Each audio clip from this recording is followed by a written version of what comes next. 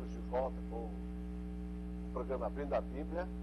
Talvez tenha pensado que a pastora Raquel tem cabelo moreno, não é?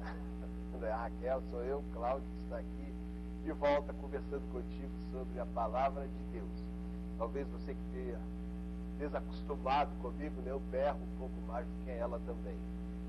Mas estamos aqui conversando, tentando conversar com você sobre essa passagem maravilhosa aqui do livro de Jeremias, capítulo 33, onde Jeremias estava preso, sem esperança, vivendo um caos. E a palavra do Senhor chega até ele. E chega trazendo esperança. Porque é isso que essa palavra faz. Ela traz esperança e junto com a esperança ela traz alegria e ela traz fé para que você confie no Senhor. E o Senhor, ao você ter fé no seu coração, Ele está te preparando para o milagre, para a solução, para a resposta. Ele chega a Jeremias dizendo: Jeremias, eu quero que você faça algo para que haja uma mudança do quadro que você está vivendo. E eu quero que você clame, busque a minha presença. Busque a minha presença. E ao fazer isso, Jeremias, eu vou ter uma resposta para você. Ele fala: clama e eu vou te anunciar. E aí ele começa a falar aqui. O Senhor começa a falar a partir do versículo 3, 4, 5, 6, aquilo que ele vai fazer em resposta do clamor de Jeremias. Ele fala: clama. Entenda bem, as coisas não vão acontecer enquanto você não começar a buscar e clamar a mim. E busca, começa a clamar, aí as coisas vão começar a mudar na história da sua vida e na história da sua família e na história da sua nação. Primeira coisa que Deus fala aqui, sobre a cidade que está destruída. Ele fala: porque assim diz o Senhor, sobre as casas dessa cidade, as casas dos reis que foram derrubadas, e toda essa montoeira de cadáveres que está espalhado pela essa cidade toda, eu tenho uma palavra. Aqui o quadro de morte, destruição e morte. Mas a palavra do Senhor chega dizendo: se você clamar, eu vou começar a mudar. E mudar de que jeito? Ele fala: eis que eu vou fazer vir sobre a cidade saúde, cura, e eu vou sarar. Então a primeira coisa que Deus fala, porque ali, no meio de guerra, você sabe qual é o maior problema de uma guerra? Vamos imaginar, você que já deve ter visto com certeza algum filme, tiro para lá, tiro para cá, aquelas pessoas que estão feridas dali do lado, ou aqueles que estão morrendo, cadáver, a morte está muito perto. Então ele chega ali dizendo para essas pessoas que têm sido machucadas e feridas, ele fala: assim diz o Senhor. Deixa eu botar meu óculos aqui para poder ler. Eu farei vir sobre essa cidade saúde. Esse que é o maior problema. Por isso que ele começa com saúde, porque ali é o maior problema. Esses que estão morrendo, eu trago cura, eu trago saúde, eu vou sarar. Eu sou um Deus que sara, sou um Deus que cura, eu sou um Deus que tenho condições de trazer saúde sobre a sua vida. E se o decreto que você está tendo for um decreto de morte dado por um médico que está na sua sabedoria, no seu conhecimento natural, dizendo que é o fim, aqui o texto diz: eis que trago saúde e cura sobre a sua vida, sobre a sua situação. Receba essa palavra. Receba essa palavra. Receba essa palavra como vinda não do Cláudio, não de um ser humano, uma palavra de Deus, que eu estou lendo a palavra de Deus. E essa palavra, ela é poderosa. Às vezes nós pensamos que a palavra de Deus é poderosa dependendo de quem fala ela. Não é. Lá no livro de Romanos, capítulo 1, Paulo vai dizer no versículo 16: não me vergonhe do Evangelho, pois é o poder de Deus para a salvação. O poder é de Deus. Essa palavra aqui não é nem mais e nem menos poderosa se for ministrada por A, por B ou por C. Não há poder em ministros. há poder na palavra ministrada.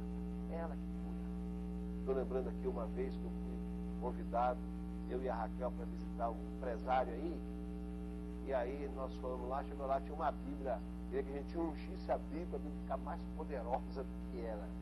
Eu falei, meu amigo, irmã, uma empresária, eu falei, essa palavra, não tem condições dela ser mais poderosa do que ela já é. É a palavra de Deus. E essa palavra que eu estou falando. Então o poder não está. Quem garante essa palavra não é o Cláudio que está lendo para você. Quem garante essa palavra é Deus, que está aqui no texto dele, dizendo, ora, busca a minha presença, porque eu que chego com cura, com saúde e com, ele usa a palavra, e com sarando as suas feridas. Então receba essa palavra que diz o seguinte, e você que está doente, você que, quem sabe, a sua doença não seja física, seja uma doença emocional, ou quem sabe seja uma doença que está impregnada em algum setor da sua vida ou da sua empresa. Deus está dizendo, eis que chego, clama, porque quando você começar a clamar, eu vou começar a chegar a você com a cura. Eu vou chegar, na verdade, Deus está dizendo, eu vou chegar refazendo tudo. Eu vou chegar consertando tudo. Porque Deus é especialista em fazer isso. Mas Deus tem mais. Deus diz o seguinte, olha, eis que chego com cura, mas quando você clama, não só cura, não só saúde, eu vou manifestar abundância de paz e de verdade. Entenda bem, a coisa que menos tem também numa guerra, além da falta de saúde, por isso que Deus começa falando de saúde, é paz. Você já deve ter, vou voltar novamente ao cenário de um filme de guerra. Ninguém no filme de guerra está ali se deliciando numa praia, conversando. Não, é um corre-corre para lá, um desespero, porque é tiro para tudo quanto é lado. Se você der uma bobeada, o inimigo te destrói. Então você tem tudo, menos paz. E o que Deus está dizendo aqui, clama a mim, porque eu trago cura, mas eu trago muita, muita, muita paz nessa guerra que você está vivendo. Esse tormento que você está passando, esse tormento que você está aí agora, sem saber o que fazer dele, essa ferida que dói o teu coração, Deus está dizendo, eu trago abundância de paz sobre a sua vida, sobre o seu negócio, sobre a sua família, sobre o seu ministério, sobre aquilo que é a sua situação. Deus está dizendo, eis que trago paz. E tem mais, eu vou remover o cativeiro de Judá e o cativeiro de Israel, e vou reedificar como reedifiquei no início. Deus está dizendo, eu vou quebrar o jugo, essa incapacidade sua de poder ir ouvir, esse inimigo que te cerca, que te tolhe a liberdade. Você que não tem condições de fazer aquilo que você quer, porque você está preso dentro de um cativeiro. Deus está dizendo, eu vou remover o cativeiro da sua vida. Vou remover o cativeiro que está impedindo exatamente com que haja progresso. Por que Deus fala em remover cativeiro? Porque a nação estava atravessando isso. Porque Jeremias estava atravessando isso. E Deus fala, olha, eu vou quebrar o jugo do inimigo. O que é o jugo? É aquilo que o inimigo vinha, aprisionava as pessoas e prendiam ali, vinham tudo enfileirado. Deus está dizendo, eu vou fazer o milagre de tal maneira na sua vida que eu vou quebrar o jugo do inimigo. Vou remover o poder do inimigo de te prender, de te limitar. As limitações diabólicas e malignas, elas vão parar. Você vai ser um homem ao caminhar com Deus. Um homem de altos voos, não de ficar parado, não de ficar preso, não de ficar imóvel. A imobilidade não pertence a Deus. O que Deus faz com você é preparar os teus pés, conforme Ele diz, como os pés de corça, para você subir os altas montanhas de correr com destreza, com rapidez. Agora, é mais do que isso. O que Deus faz contigo é te dar asas de águia para você voar e voar alto. Não ficar imóvel, não ficar parado.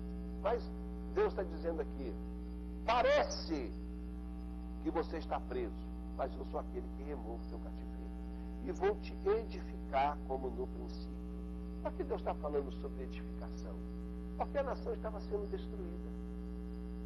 As casas, está falando aqui, chegaram a destruir as casas dos reis de Israel. Vou ler de novo, você pode estar pensando aqui, olha, Deus, olha o que o texto diz aqui, Deus fala, e as casas desta cidade, e as casas dos reis que foram destruídas. Deus está olhando aquela destruição, e está falando, eu vou reconstruir. E você pode estar olhando a sua vida e falar, foi destruída. Você pode olhar o seu ministério e falar, foi destruído, acabou. E Deus está dizendo, eu vou reconstruir como do princípio, como era antes. Eu coloco tudo de pé novamente. Eu coloco tudo no seu devido lugar. Agora, para isso, Ele está dizendo, é quando você começar a me buscar e a clamar a minha presença. Vou trazer purificação de toda a sua maldade. Porque o povo havia pecado muito e precisava dessa palavra de perdão. E Deus vem falando, olha, eu trago bens materiais, eu trago saúde sobre o corpo físico, eu trago paz na cidade, nas ruas e dentro da tua casa. Eu trago reconstrução daquilo que morreu. Mas mais do que isso, Deus está dizendo, eu trago para o seu homem interior purificação e perdão. Eu quero que toda essa acusação diabólica sobre a sua vida, ela vai sair, vai embora. O Senhor vai remover. O texto diz, vou trazer purificação e perdão de toda a iniquidade. Deus não é um Deus maravilhoso que pensa em nós nos mínimos detalhes e em todas as necessidades. Ele não pensa só em um aspecto. Vou trazer cura sobre isso. Não. A cabeça de Jeremias poderia estar pensando ali curtinho, só quero sair daqui. Ou só quero ver essa. Mas Deus está, quando Ele chega com a provisão dele, Ele chega com a provisão em todos os aspectos, em todos os segmentos, em todas as facetas do que aquele problema ali estava envolvido. Por isso que Ele fala, eu não vou cuidar só do exterior, eu vou cuidar também do seu interior. Vou trazer perdão. Porque quando eu trago perdão, sabe o que vai acontecer dentro de você? Vai acontecer algo. A alegria vai começar a ser gerada. E é isso que o versículo seguinte diz. Olha só o que diz o versículo seguinte. E esta cidade me servirá de nome de alegria, de louvor e de glória. Quando você clamar e eu começar a operar, esta cidade que agora é motivo de zombaria, que está sendo humilhada, que está sendo escorraçada, que está sem condições de nada, fique sabendo, olha, esta cidade me servirá de alegria, nome de alegria. É isso que Deus traz sobre a sua vida, alegria. Quando Deus reconstruir você, teu ministério, tua casa, a alegria tem que voltar. Quando Jesus está falando das dracmas perdidas, aquela mulher está ali, e aí o que ocorre? Ela acha suas dracmas, e ao achar, o que acontece? Ela se enche de alegria. O texto fala muito de alegria. Lucas capítulo 15 é o texto que eu estou me referindo. O Matthew Henry, né, aquele comentarista, ele até diz o seguinte, que esse capítulo 15 de Lucas é o capítulo das perdas, do choro e da alegria. Porque fala tanto de choro, mas quando Deus trabalha e reconstrói, a alegria. O filho que foi destruído, quando ele volta com alegria. O pai fala, vamos fazer uma festa, vamos nos alegrar. Se fala tanto de alegria, tanta tristeza, tanta destruição, mas com o agir de Deus, o resultado é sempre, mas sempre a alegria. E aqui é que ele diz, olha, E esta cidade, que hoje é motivo das pessoas olharem e falar, mas não é crente, não é o povo de Deus, não é o povo que servia a Deus, por que a destruição, por que o cerco, por que o caos? Deus falando, não, eu vou mudar a história de tal maneira que vocês serão motivo de júbilo, de alegria. As pessoas vão olhar para vocês e falar assim, olha, bendito seja o Senhor, porque abençoa poderosamente essa família, esse homem, esta mulher, este ministério. Olha só o que o texto da palavra diz. E a cidade me servirá de nome de alegria e de louvor e de glória. E é isso que Deus quer fazer contigo. Ele quer pegar a sua vida e aquilo que é o caos, que é a tristeza, que é a desordem, Ele quer transformar em alegria. Aliás, temos falado isso desde o primeiro momento que aqui chegamos. Mas é bom ver que o texto diz isso, porque você vai entender que não é o Cláudio que está falando, é o texto da palavra que está dizendo para você. E Deus, é Deus que quando Ele age, Ele transforma a tristeza em alegria. E aqui você vê exatamente o que Deus está dizendo. E se você for ler esses versículos para frente aqui, é que eu não vou ficar botando, tirando óculos para ficar te lendo. Mas se eu for ler aqui, eu vou achar umas 4 vezes a palavra alegria, alegria, alegria, alegria. Porque é isso que Deus faz. Não só alegria, louvor, louvor, porque o louvor é uma manifestação da alegria. O coração alegre, ele abre a sua boca em júbilo e agradecimento ao Senhor. Mas não é só isso que Deus faz. Deus olha para aquela nação e fala assim, olha, e esta cidade, assim diz o Senhor, neste lugar, que vocês estão dizendo que está deserto, que não tem homens, que não tem animal, que ninguém anda para lá e para cá porque só tem destruição. Olha só, nas cidades de Judá e nas ruas de Jerusalém, estas cidades que estão assoladas, novamente Deus fala isso, sem homens, sem moradores, sem animais, ainda, Deus está dizendo, vai ouvir a voz de gozo, a voz de alegria, e a voz do noivo, e a voz da esposa, todos dizendo, louvai ao Senhor dos exércitos, porque Ele é bom. A sua benignidade dura para sempre. Lindo esse texto, né? Então Deus está falando, e sobre toda a destruição que vocês estão vendo, ainda vão olhar e vai falar, veja como Deus fez. Ele acabou com aquilo que estava deserto e trouxe abundância de paz. Olha só, volte novamente para o início do texto. Presos, sitiados, em guerra, sem comida, sem nada, sem paz, sem vivendo um inferno. Deus fala, busca. Então, quando você vai buscar, eu vou trazer paz, vou trazer alegria, vou trazer cura, vou trazer perdão, vou trazer paz para o teu coração interior, vou trazer vida, vou trazer alegria, vou trazer júbilo. E até em dinheiro Deus fala aqui. E não é o meu forte de falar, mas como o texto está aqui, a gente tem que falar também. Olha só o que o texto diz. Assim diz o Senhor, ainda neste lugar, que está deserto, que não tem homens, que não tem animais, em todas as suas cidades, haverá uma morada de pastores que façam repousar o gado.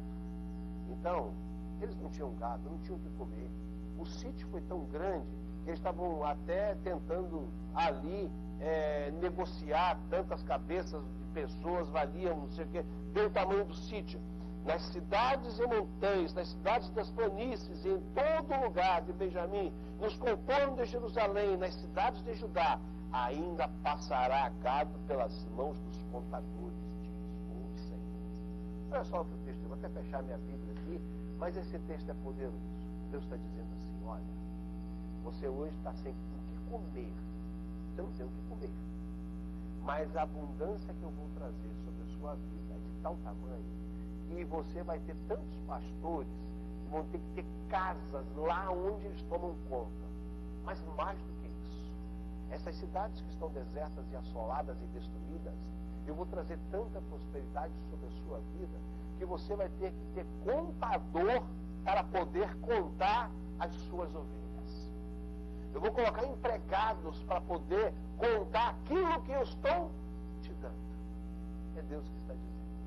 Então hoje, pode ser que você esteja vivendo lá no fundo do buraco. Pode ser que você esteja vivendo lá no calabouço, na lama, como Jeremias está atravessando. Mas a palavra do Senhor vem, ela chega até você, ela chega te dizendo, meu amigo, meu irmão, a seguinte coisa: eu vou transformar a sua história. E aquilo que é o grande problema, é doença, eu trago a cura, eu trago paz, eu trago tranquilidade, eu trago júbilo.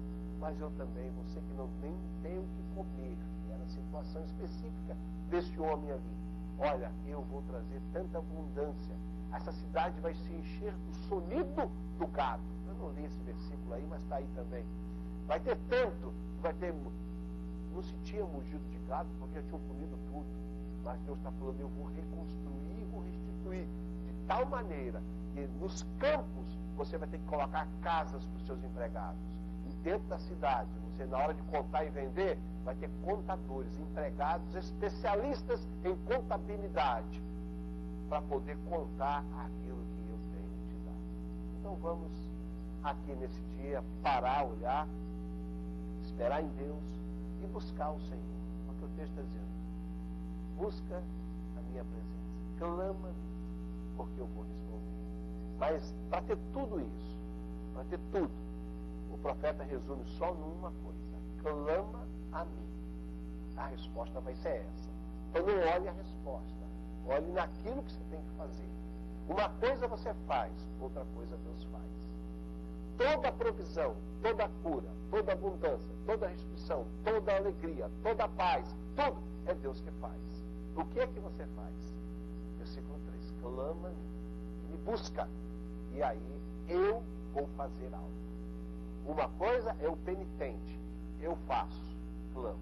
E o que Deus faz, deixa nas mãos dele, porque conforme eu já disse, ele é um Deus infinito e você que ainda não conhece a infinitude, Deus vai conhecer algo. Bem, estamos chegando, daqui a pouco voltamos orando com vocês.